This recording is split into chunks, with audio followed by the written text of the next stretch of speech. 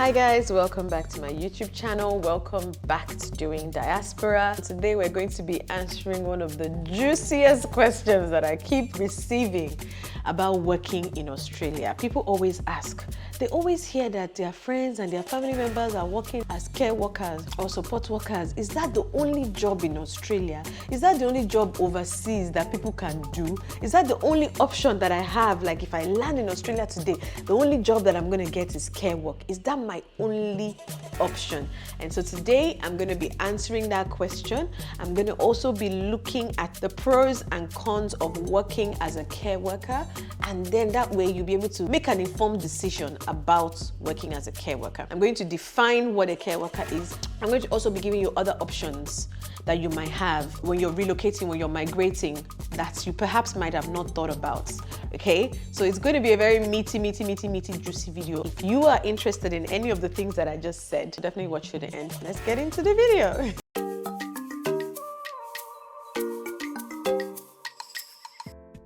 So the question is aged care, support work, working in a nursing home, working as a nursing assistant, is that my only option as a migrant when I enter Obodo, when I go overseas, when I migrate, when I get to Australia? The answer is no, that's not your only option.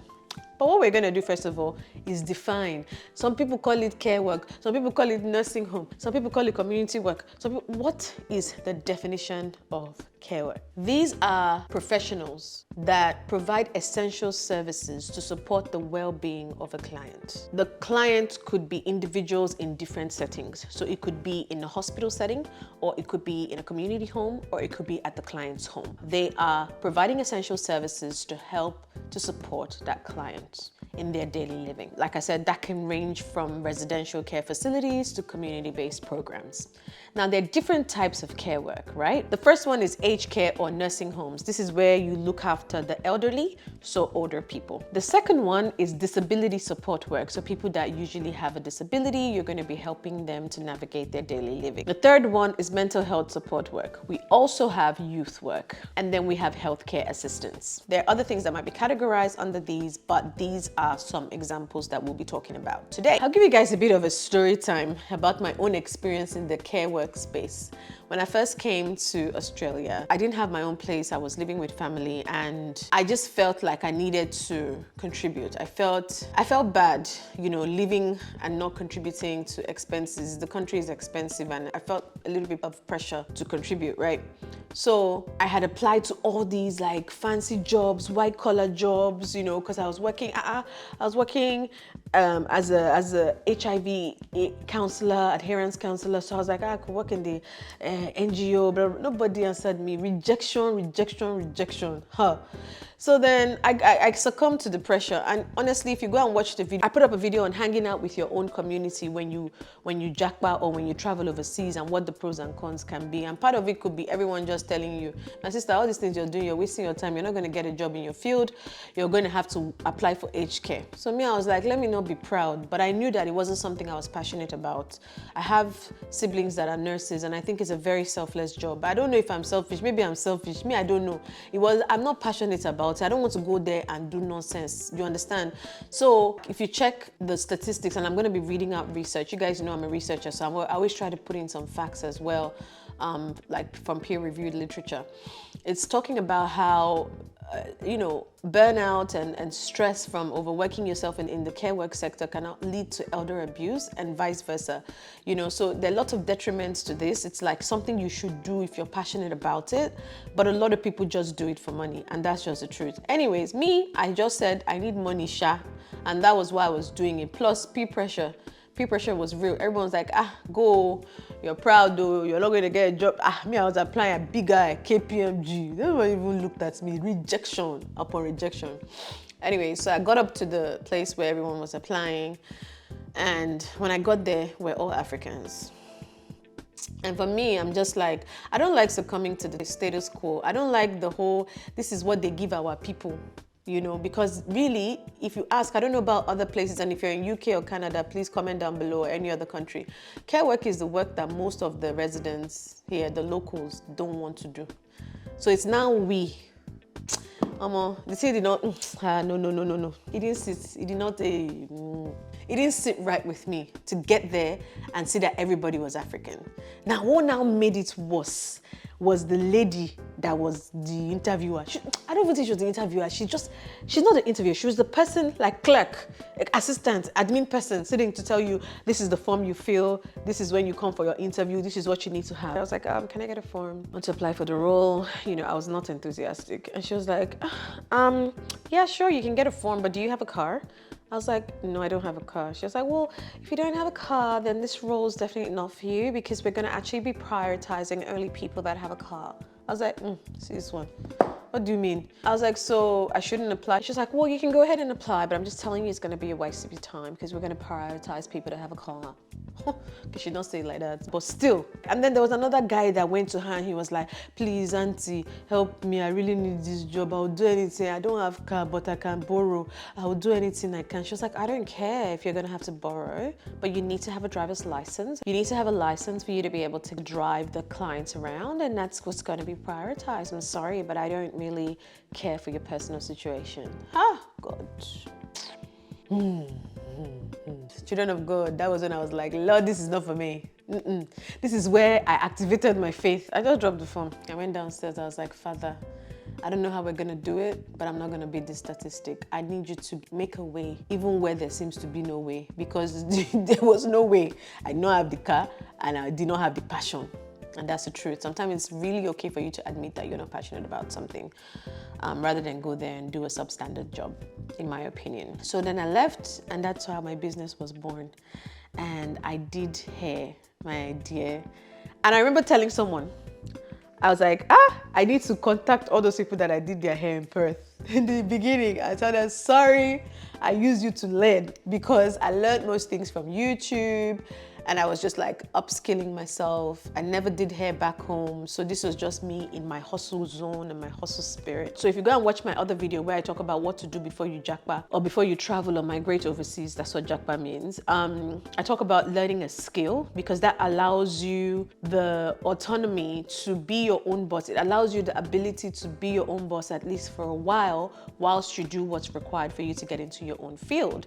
And I said in the last video, and I saw someone requested for that video, was, do you want me to talk about how to get into your field and how you can do that even without work experience or with work experience that's not recognized? So yeah, that's how my business was born. I started doing hair, providing services, and then selling hair on an e-commerce website as well. And then I ventured into other businesses and all that. We'll talk about that in another video. So back to care work. Let's talk about the pros of working in the care sector. It's relatively good pay. It's not the best pay out there, but it's buildable. And what I mean is that you can earn anything from $25 to $35 per hour. That's Australian dollars. On Saturday, you get time and a half. So let's say your pay is $40 an hour. On Saturday, you get 40 plus half, 20, which is 60. On Sunday, you get double time. On public holidays, you get 2.5. So whatever your salary is times 2.5. So this is why, you know, our people, Sundays, church day empty. You see a lot of people, either they are rushing to go and collect shift after church, or they just don't even rock up for church at all, which is really sad. I was talking to my husband the other day and I said to him, I was like, babe, how come Nigeria seems to be less stressful than Obodo Ibo? The system works, but somehow everybody's burnt out, everybody's tired, nobody has time to socialize. And he was like, that's because there's no weekend shift in Nigeria that pays. Pretty much Fridays, unless in certain sectors, when you close work, you see people still have time to meet up at a joint after work and eat fish, eat peppered snail, you know. Oh, I used to love those. He was like, if they put double time on weekends, you will not see people at those joints at all. Everybody will be working because we're hustlers. Okay, so another pro is that you can work with multiple agencies. So sometimes you might have one agency give you 2 to 3 shifts a week, which might not be enough for you. But with this, you're working as a casual worker, so you can have like 2 or 3 agencies that you work for. Before you know, it's almost like working a full-time job, because if this agency doesn't call you, the other one will call you, and you can kind of just schedule your timetable so that you're like fully booked. People work round the clock here, and it kind of leads to burnout, but we'll talk about that in the cons section of this video. Another pro is flexible working hours. So even as students, international students, you can have that flexibility. So if you have a timetable, for instance, your class is from 12 to 5, you can decide to take a shift from 7 to 11. You know what I mean? And then from there, go straight to your class. You can have your class from 12 to 5 and then have another shift from 6 to the next morning, because you have sleepover shifts, you have night shift, and you actually get paid for sleepover shifts. So some shifts require you to just sleep over so that there's somebody there with the client. And then there's active night shift where you actually have to tend to the client. Another pro is that depending on the client, it's less stressful in terms of manual handling. It's not as physical than, say, if you're working in a construction industry or you're working in a factory. Most times with like care work, after you've cared for the client, you can sit down. Sometimes you can even sit and watch TV with your client. So it's relatively easy. Again, my disclaimer there is that it depends on the client. But I have lots of friends that are in the sector that say, it's not stressful. There's really nothing there. Like once you just give the client what they need. So it's relatively not as stressful as some other jobs. So you might have to do things like, say, transfer the client from a wheelchair to the bed, but even that is like it's operated using a hoist. So everything is kind of done for you in terms of scheduling medication and feeding. The client has a timetable, everything is organized for you. So it's relatively easy depending on the client. Another pro is that caring can be fulfilling, especially if you're passionate about it. I mean, think about it. You're helping somebody live a life that they wouldn't ordinarily be able to live without you. It's a fulfilling thing. And if you meet some really good clients, they're so appreciative. Sometimes they have no family members. And so you're doing something that is actually a genuine, selfless thing. And that can be very, very fulfilling, especially if you're passionate about it. So those are some of the pros of working in the care sector, just so that when I enter the cons, you will not see like, this woman is against it. I'm not, but we're going to be talking about it, okay? Number one con is that people tend to fall into their comfort zones when it comes to care work. A lot of people that are there have been there for years when that wasn't even the initial plan. And that's because as human beings, we tend to stay where we know works. That's why a lot of people are in jobs that they hate, 9-to-5s and stuff, because they're so scared of the prospect of failure. And it's like, I think that's why I'm the opposite, because my principle is fail fast. Try this. If it fails, it fails. It wasn't for you. And you also you get to explore all those things that you dream of. Fail fast. Try everything and get to know. You never know what will happen, because as you're failing fast, you can also succeed really fast as well. So people tend to fall into that comfort zone because this is how they know how to make money and there's no other way. And they end up being there for multiple years when that wasn't the initial plan. And also this can be limiting in terms of your career progression and your plans, because the longer you stay, the more stuck you become. I know people that have been there for over 5 years, and these are people that have graduated with degrees. Another con is the fact that pro we talked about, where we're like, you can get multiple shifts and you can build on your income, is also a con, because working back to back like that leads to burnout. And I think that's something our community, we need to learn how to have work-life balance. It's very important. So those Saturdays where you're collecting those shifts and Sundays, your family is missing out on family time. They're missing out on daddy, they're missing out on bonding, they're missing out on memories. You don't get this life again. You don't get this age again. Before you know, you're old and you don't even have the energy to do those things. And the thing about this kind of stuff is if you don't have a game plan, you won't even see the money you've worked for, because honestly, the system is designed for you to work and then give it back. We can go into these debates as long as you want. I'm ready for you people, because even when it comes to your super and everything that you've earned, you end up giving it back in like care, like when you're older. But we'll talk this story for another day. So you miss out on the socializing, you miss out on family time and things like that. You're making money, but at the detriment of what? And I think that was a very big issue with me and my husband then, was like, well, at the time we had a baby on the way. And I'm like, so what's gonna happen if you're not here? And we always have to be understanding that he has to go and do what he does and make the money for the family. But also there are alternatives where you can actually work and make that same money, but be very present for your family. And guess what? Even after you get a job, let me tell you the funny thing. Even after you get a job, most times you're like, my weekend is just free like this. I feel pick one shift. That's the mentality. But the idea is that you keep climbing up that ladder to where you don't need to pick those shifts, and you can just spend that quality time with your family or with your friends. And that's why a lot of the times you hear a lot of stories about people saying that they're very lonely and things like that. That's because everybody is working back to back. The small time that you actually get, you just want to rest. And before you know, time has passed. You don't have any social circle. You don't have any relationship with the community. And that's just, I don't see that as beneficial, even for your own mental health. So another con is that it's very routine and not mentally challenging. I touched on this earlier on when I was like, well, the food plan is already pre-allocated for you. The medication, what you need to give, when, how, all these things are already pre-planned for you. So you cannot just wake up one day and be like, hey, I know how to help this man's life. They will fire you. Don't do it. Don't do it. So everything is not mentally challenging. So again, you don't want your brain to be dormant. You know, you want something that challenges you. I don't know. It depends on the individual. You might be sitting there like, Abego, who challenge you help?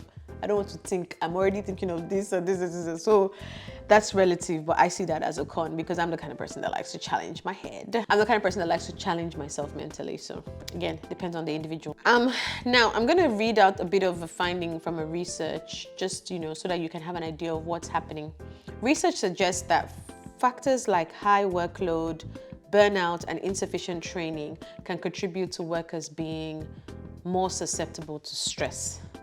This potentially increases the risk of elder abuse and vice versa. So there was a time in the news where it came out, you would see care workers like abusing the client, insulting them and things like that, and pushing them, and it was very painful to watch. The elderly that you're supposed to be caring for, protecting, making sure they're okay, and you're just treating them anyhow. Again, this is where working because of money versus passion comes into play, and just being human, man. Like, yeah, anyways, and I don't want to sit here and isolate it because it's vice versa. I've had friends that have told me about there are people they are caring for, the youth insulting them. You're this, you're that, you're fat this, you're a black monkey. All these things, man, at the end of the day, we're humans. Do you get? All of these factors compound to what then leads to this abuse. Also, remember that these words that are being said to you can be very demeaning. Like, you just sit down and be thinking of your life. Like, in Nigeria, I was here, I was this person's oga, and look at this small thing talking to me anyhow, like, and you can't do anything about it because you risk legal repercussions for anything that you do, you know. And then also in this sector, people can accuse you, like in youth work, a female person can accuse you of molesting them or of making advances. And if it's like it gets to a legal point, or maybe somebody gets hurt on your care and you haven't kept proper record, or somebody even dies in your care, there can be serious repercussions to this. You can have your work rights terminated. You know, we have something called a working with children's check, and that means you can't even work in a hospital, you can't work in Sunday school where children are there, you know. So there are lots of repercussions to this, especially when it gets to a legal perspective. Okay, so the last con I'm going to address is the fact that, you know, I said it can be relatively easy depending on the client. Now I'm going to go back and say, depending on the client, it can be very challenging, in the sense that some clients might require intimate care, more intimate care. So like showering them and things like that. I had this very young girl telling me about her experience. She started working in aged care and she had to actually shower an old man, like give him a bath. And this is an 19-year-old girl, never seen Oyibo this thing before, and she had to shower him, and the man was making very inappropriate sexual comments. And you say, the person is elderly, it's not really something they follow up on necessarily, but these are some experiences. And then some people, you know, you have to actually, yes, there are actually care jobs that require you to change diapers of an elderly person, clean bum, basically. But now I've given you guys lots of examples so you know that it's not all care work that requires bum cleaning. But sorry, I don't know how else to explain what I'm trying to say. Yeah, and some of these intimate care requirements might be a bit too much for some people. And you know, someone asked me last time, but you can pick and choose, like if you don't want that client, you can choose another one. The problem is when you start doing that, they might blacklist you and they will not give you as much shifts. That means you're not actually passionate. That means you only want the clients that are easy. And everybody wants that, to be honest. The same way everybody's fighting for weekend shifts. Everybody wants clients that are easy. You don't want your allocation to roles to be limited because you're refusing a client that requires more care. Now we're going to talk about other alternatives to care work.